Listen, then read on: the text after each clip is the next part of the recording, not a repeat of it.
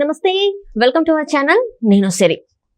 జగన్మోహన్ రెడ్డికి అయితే ఒక ఎంపీ ఫోన్ చేసి మరి మేము బీజేపీలోకి వెళ్తున్నామని చెప్పేసి అయితే తనకి చెప్పడం జరిగింది. మరి నిజంగానే బీజేపీలోకి వెళ్తున్నారా? ఇంతకీ ఆ ఎంపీ ఎవరు? సో ఈ అంశాన్ని మనకు వివరించడానికి మనతో పాటు ఉన్నారు ప్రముఖ రాజకీయ విశ్లేషకులు అంకమరావు గారు. నమస్కారం సార్. సార్, ఒక ఎంపీ అయితే జగన్మోహన్ రెడ్డి గారికి ఫోన్ చేసి మేము ఇంకా బీజేపీలోకి జంప్ అవుతున్నాం అని చెప్పేసి తను చెప్పడం జరిగింది. మరి నిజంగానే ఈ వార్తలు నిజమే అంటారా, లేకపోతే ఏదో గాలి వార్తలు అంటారా? అంటే జనం అనుకున్న దాని ప్రకారం చూసుకుంటా ఉంటే మిథున్ రెడ్డి గారు, పెద్దిరెడ్డి మిథున్ రెడ్డి గారు రాజంపేట లోక్సభ సభ్యుడు. గత 2 పర్యాయాల నుంచి గెలిచాడు. ఇది 3వసారి కూడా గెలవడం కూడా జరిగింది. ఆయన గురించే ప్రచారం ఎక్కువ జరుగుతూ ఉంది. ఇందులో వాస్తవం లేదు అనుకోవడానికి ఆస్కారం లేదు. జరిగే పరిణామాలే ఇవి. అధికారం ఎటుంటే అటు వెళ్తాయి.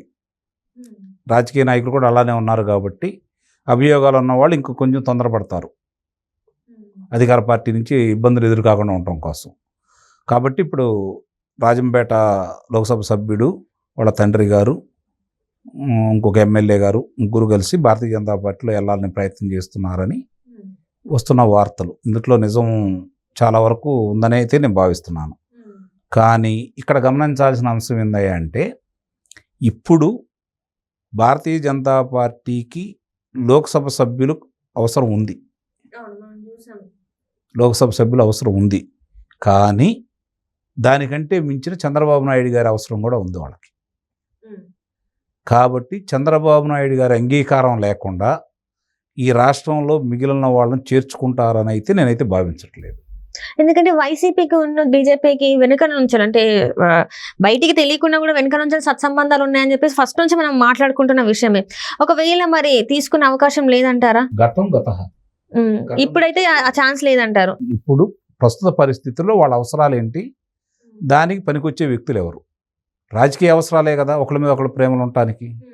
అంతేగాని వ్యక్తిగత ప్రేమలు, స్నేహాలు అయితే లేవు కదా రాజకీయంలో.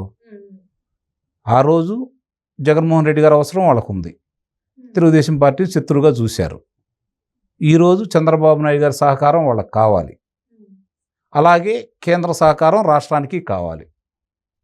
కాబట్టి ఇద్దరు మైత్రి బంధం కొనసాగుతుంది. కాబట్టి ఇప్పుడు చంద్రబాబు నాయుడు గారు క్రియాశీలకంగా ఉన్నారు కాబట్టి కేంద్రంలో దాన్ని దృష్టిలో పెట్టుకుంటే ఇలాంటి వాళ్ళని, ఎందుకంటే వాళ్ళు చేసిన అరాచకాలు, పెద్దిరెడ్డి గారు చేసిన అరాచకాలు సామాన్యమైనవి కాదు. కాబట్టి పెద్దిరెడ్డి గారు భారతీయ జనతా పార్టీలోకి వస్తాను అంటే ఈయన అనుమతి తీసుకోకుండా ఆయన్ని తీసుకుంటారని అయితే నేను భావించటం లేదు.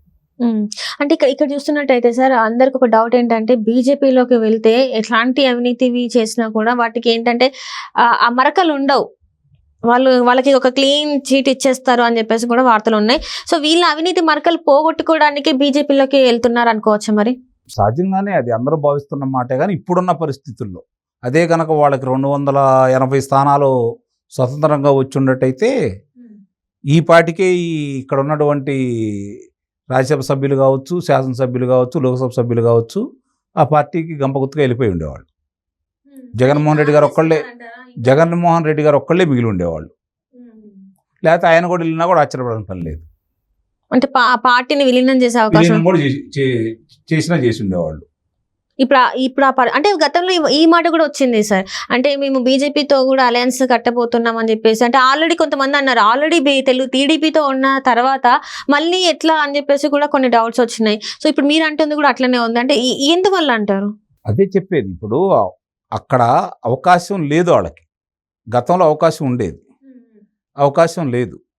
ఇప్పుడు ఎందుకు అవకాశం లేదు అంటే చంద్రబాబు నాయుడు గారి యొక్క అవసరం, ఆయన అనుభవం ఈరోజు భారతీయ జనతా పార్టీ కావాలి. నిస్సందేహంగా కేంద్ర ప్రభుత్వానికి కావాలి. వాళ్ళు ఈ ఒకళ్ళిద్దరు లోక్సభ సభ్యులు వీళ్ళ గురించి వాళ్ళు అంత మైత్రి బంధాన్ని చెడగొడతారని అయితే నేను భావించట్లేదు. ఇప్పుడు మీరు అన్నట్టు ఒకవేళ చంద్రబాబు నాయుడు గారు ఒప్పుకోకపోతే, ఇప్పుడు వీళ్ళ మీద ఆల్రెడీ కొన్ని ఏవైతే అవినీతి మరకలు ఉన్నాయి, మరి వీళ్ళ మీద యాక్షన్స్ తీసుకునే అవకాశం ఉందంటారా? నిస్సందేహంగా ఉంది. తీసుకుంటారంటారా? ఎందుకంటే ముఖ్యమంత్రి అయినా ఇంతవరకు ఎట్లాంటి యాక్షన్ తీసుకోలేదు బెయిల్ మీద. ముఖ్యమంత్రి అంటే మన మాజీ ముఖ్యమంత్రి జగన్మోహన్ రెడ్డి గారి మీద ఇంతవరకు అది ఇక్కడ చిన్న తేడా ఉంది ముఖ్యమంత్రి గారి కానీ మిగిలిన వాళ్ళకి. ముఖ్యమంత్రి గారి మీద ఉంది ఈడీ కేసులు, సిబిఐ కేసులు. ఇక్కడ ఈ రాష్ట్రంలో జరిగిన అన్యాయాల మీద వీళ్ళ మీద ఉన్నాయి. ఇసుక దందాలు కావచ్చు, ఇటు కావచ్చు. ఇది రాష్ట్ర ప్రభుత్వం పరిధిలోది. ఆదాయ పన్ను శాఖ అనేది కేంద్రం పరిధిలోది. కాబట్టి ఇప్పుడు దాకా వాళ్ళ ఆటలు సాగినాయి. ఇప్పుడు రాష్ట్రంలో ఉన్న పరిస్థితుల్లో రాష్ట్ర ప్రభుత్వం తీసుకునే చర్యలకి వీళ్ళు కూడా భాగస్వాములే కదా. ఇప్పుడు భారతీయ జనతా పార్టీ వాళ్ళు కూడా ఇక్కడ కూడా భాగస్వాములే కదా. మరి వాళ్ళు వద్దంటారా రేపు పొద్దున వీళ్ళ మీద చర్యలు తీసుకోవాలంటే? వద్దంటారు కదా. సమిష్టి నిర్ణయాలే ఉంటాయి కదా. కాబట్టి ఇంతమంది వీళ్ళు రేపు పొద్దున వీళ్ళని రావాలి, వీళ్ళు కావాలి అని చెప్పి కూరుకోవాల్సిన అవసరం అయితే లేదు కదా. వాళ్ళు రాకపోతే ప్రభుత్వం ఏదైనా ఇబ్బందులు అయితే లేవు కదా. ఇబ్బందులు అయితే లేవు కదా. అంటే ఏదైనా కూడా ప్రజల్లో ఒక మంచి పేరు ఉండి ఒకవేళ ఇటు సైడ్ చూస్తే చంద్రబాబు నాయుడు గారు ఒప్పుకుంటే మాత్రం అటు వెళ్ళే అవకాశాలు ఉన్నాయి. కానీ ఒకవేళ వ్యతిరేకత ఉండి గెలిచినా కూడా వాళ్ళు ఈ కూటమిలోకి వచ్చే అవకాశం లేదంటారు? లేదు, నిస్సందేహంగా లేదు. ఇంకెవరైనా ఉన్నారంటారా మరి ఇట్లానే ఈ అవినీతి మరక? ఇప్పుడు గెలిచింది 11 మందే. ఈ 11 మందిలో అవినీతి మరకలు లేకుండా ఉన్న వ్యక్తులు ఎవరైనా ఉన్నారంటారా, లేకపోతే ఏమంటారు? అవినీతి మరకలు ఉన్నాయా లేవు అనే దానికంటే కూడా రాజకీయ అవసరాల కంటే కూడా వ్యక్తిగత అవసరాలే ముఖ్యం. కాబట్టి రేపు పొద్దున ఈ పార్టీ మనుగడ సాగిస్తుందా లేదా అనే భయం కూడా ఉంటుంది. కాబట్టి వాళ్ళు నిర్ణయాలు ఉంటాయి. నాకు తెలిసినంత వరకు భారతీయ జనతా పార్టీలో వెళ్ళటానికి చంద్రబాబు నాయుడు గారు కనుక అవకాశం ఇస్తే 11 మందిలో 10 మంది శాసనసభ్యులు, 4 లోక్సభ సభ్యులు ఆ పార్టీలోకి వెళ్ళిపోతారు.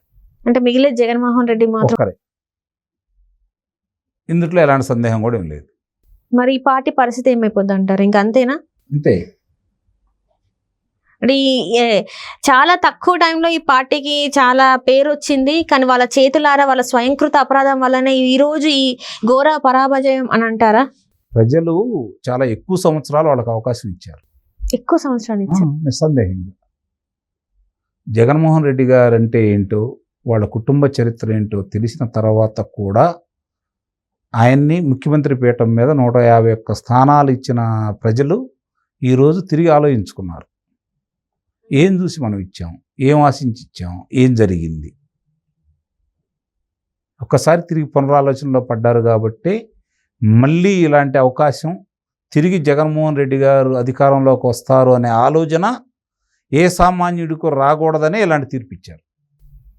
ఇప్పుడు కూడా దాన్ని అనుకునేది ఏంటంటే, మనం చూసాం అంటే ఓడిపోయిన తర్వాత జగన్మోహన్ రెడ్డి గారు మాట్లాడిన మాటలు, నేను ఇన్ని సంక్షేమ పథకాలు ఇచ్చాను, ఇంతమంది రైతులకి ఇది చేశాను, ఏమయ్యాయి ఆ ఓట్లన్నీ అని చెప్పేసి తను ప్రశ్నించడం జరుగుతుంది. ఇంకా ఆయన నమ్ముతున్నాడా తన సంక్షేమ పథకాలు తనని ఇంకా అంటే వల్లనే నేను గెలుస్తాను అని అప్పటికి ఇప్పటికి అదే నమ్మకంతో ఉన్నట్టు అనిపిస్తుంది. ఇక్కడ కూడా చూడండి, నా కోసం కష్టపడ్డ కార్యకర్తలు వాళ్ళ గురించి మాట్లాడట్లేదు, సంక్షేమ పథకాల గురించే మాట్లాడుతున్నాడు. సో ఆయన మొత్తానికైతే ఇంకా కొంతమంది వ్యాఖ్యలు కూడా చేస్తున్నారు. జగన్మోహన్ రెడ్డి గారికి అసలు అంత అవగాహన లేదు రాష్ట్రం మీద, ఆయన అసలు ముఖ్యమంత్రి అయ్యే క్యాండిడేట్ కాదని చెప్పేసి మాట్లాడుతున్నారు. మరి చూడాలి సార్, మరి రేపటి రోజున మరి ఏం జరుగుతుంది ఏంటి అనేది. సో కొన్ని రోజులు వెళ్తే కానీ మనకి అర్థం కాదు రేపటి రోజున జగన్మోహన్ రెడ్డి గారి పరిస్థితి ఏంటి అనేది. సో వేచి చూద్దాం. ధన్యవాదాలు సార్.